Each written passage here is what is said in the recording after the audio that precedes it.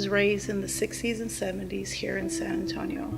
And during the 60s, if they didn't want to sell to a Mexican family or a black family, they could do it without any repercussions. Parents face numerous obstacles that they had to figure out by themselves. Discrimination, lack of access, neighborhoods or communities that would not embrace certain segments of our society.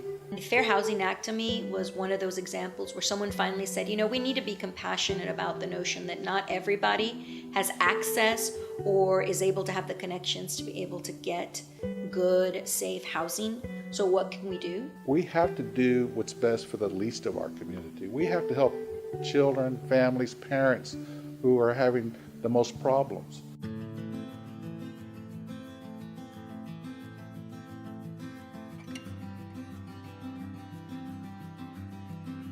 1968 was a big year for a lot of fairness acts.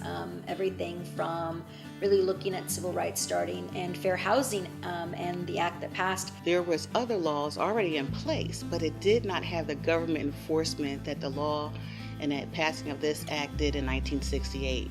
It was a well thought of legislation. It balanced principles of fairness and justice, and ultimately it's provided safer and nurturing communities for our children and families.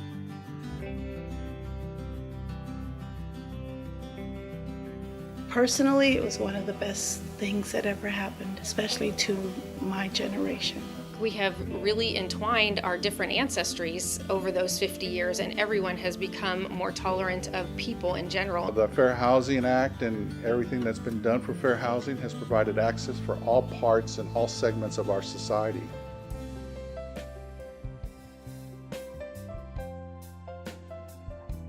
As we continue to move forward and build as cities, we are going to have to take into consideration a lot of things that, like here in San Antonio, we're looking at currently. How do we provide equity in terms of access? How do we help people age in place so that as new developments move up, you're not having people then be spaced out or taxed out of their homes? Now there's things such as steering that come to light, and we need to make sure that those people also feel safe and not sent out into different areas because of someone else's opinion. We've come a long way, and I'm so appreciative of those that laid the groundwork, but we still have a lot of work to do. We don't want to go back and make the mistakes that were done previously. We must remember our history, remember where we came from. We must all work together. We want to make sure that everybody gets an equal opportunity to either buy or rent a house. Even you can do something about it. Even you have a voice. Sometimes you say, well, I don't own a home, or it's not me, or I don't have time for that. We need to make time for those things that are important to us. Housing at its basis provides security. And when you can provide security for someone emotionally and physically, then what you do is you allow that person then to open themselves up to what else can I do? What else can I do? So to me, it's a very important part of the success story that we as Latinos, that we as San Antonians, that we as Texans really need in order to make this country great.